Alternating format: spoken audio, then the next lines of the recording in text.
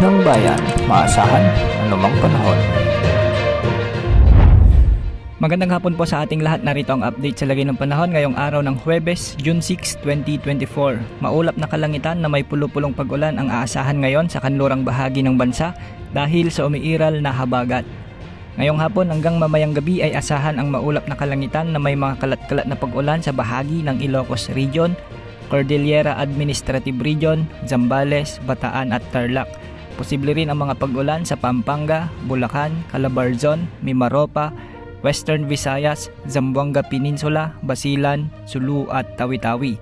Ang mga nasabing lugar na ito ay posibleng makararanas ng mahihina hanggang sa katamtamang pag-ulan at may posibilidad din ng mga biglaang pagbaha at pagguho ng lupa. Mas pinakapektado ngayon ng habagat ang Palawan, kaya sa mga kababayan natin dyan, mag-ingat po sa biglaang pagbaha at pagguho ng lupa. Makararanas naman na maulap hanggang sa may mga pag-ulan ang malaking bahagi ng Metro Manila ngayon, kaya sa mga nasa labas po ng bahay, ugaliing magdala ng payong o kapote bilang panangga natin sa ulan. Samantala sa natitirang bahagi ng bansa, particular sa Central at Eastern Visayas, Northern Mindanao, Davao Region, Caraga at ilang bahagi ng Soc-Sargen, ay magiging bahagyang maulap hanggang sa maulap naman ang kalangitan na may kalat-kalat na pag-ulan dulot ng mga localized thunderstorms.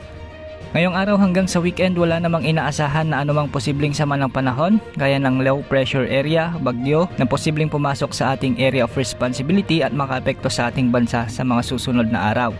At wala ring nakatas na gale warning sa anumang karagatang sakop ng ating bansa.